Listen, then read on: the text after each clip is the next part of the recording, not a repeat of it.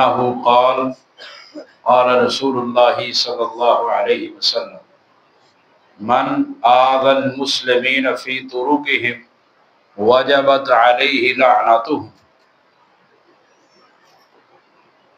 سیدنا ابو ہریرہ رضی اللہ تعالیٰ عنہ بیان کرتے ہیں، نبی کریم صلی اللہ علیہ وسلم نے ارشاد فرمایا،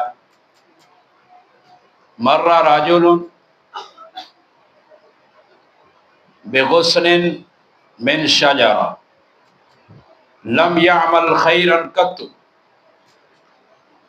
آپ علیہ الصلوۃ والسلام نے فرمایا کہ ایک آدمی جس نے کبھی کوئی بڑی نیکی نہیں کی تھی، ایک درخت کی ٹہنی کے پاس سے گزرتا ہے اور وہ درخت کی ٹہنی لوگوں کے راستے میں پڑی ہوئی ہے، یا تو وہ ٹہنی درخت کے ساتھ لگی ہوئی تھی اور راستے میں لٹک رہی تھی، یا پھر کسی نے کاٹ کر اس کو راستے میں پھینک دیا، وہ لوگوں کو راستے میں تکلیف دیتی تھی۔ وہ بندہ گزرا، اس نے کہا کہ میں اس ٹہنی کو یہاں سے ہٹا دوں گا تاکہ لوگ اس سے تکلیف نہ اٹھائیں، لوگ تکلیف سے بچ جائیں، ہو سکتا ہے کہ اللہ رب العالمین مجھے معاف کر دے۔ اس نے اس نیت کے ساتھ ٹہنی کو پکڑا، راستے سے دور کر دیا۔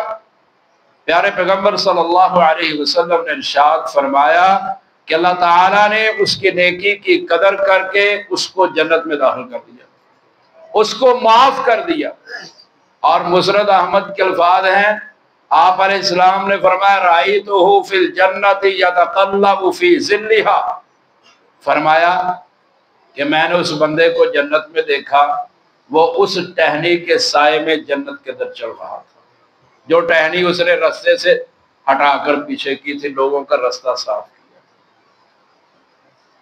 یہ جو حدیث ہے اس کا مفہوم مخالف یہ ہے کہ رستے کو صاف کرنا یہ جنت میں لے جانے کا باعث ہے، یہ نیکی کا باعث ہے، تو اس کا مفہوم مخالف یہ ہے کہ رستے میں گندگی پھینکنا، رستے میں تکلیف دہ چیز پھینکنا، لوگوں کو تنگ کرنا، یہ گناہ کا باعث ہے۔ دلیل مسند احمد کی روایت، حذیفہ بن اسید فرماتے ہیں رسول اللہ صلی اللہ علیہ وسلم نے فرمایا من آذى المسلمین فی طرقهم وجبت علیہ لعنتهم، جو مسلمانوں کو رستے میں تکلیف دیتا ہے اس پر لعنت واجب ہو جاتی ہے، اور جس کام پر لعنت واجب ہوتی ہو وہ کام حرام ہوتا ہے۔ تو رستے کو صاف رکھنا واجب، رستے کو تکلیف دہ چیزوں سے پاک کرنا، صاف کرنا واجب، اور اس پہ تکلیف دہ چیزیں پھینکنا حرام ہے۔ رستے کی صفائی رکھا کریں، کل میں نے بیان کیا تھا مسجد کی صفائی، اور میرے خیال میں اس پر عمل کسی نے بھی نہیں کیا۔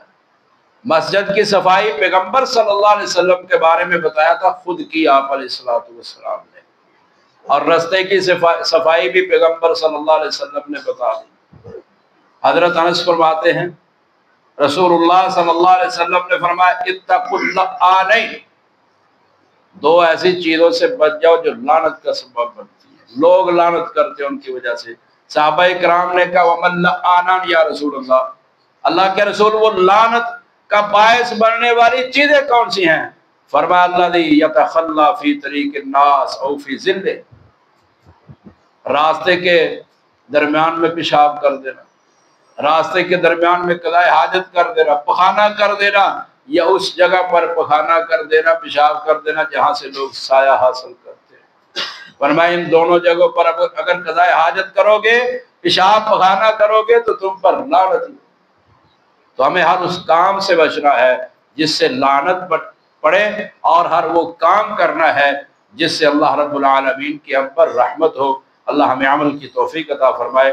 سبحان ربک رب العزت عما یصفون وسلام علی المرسلین والحمد للہ۔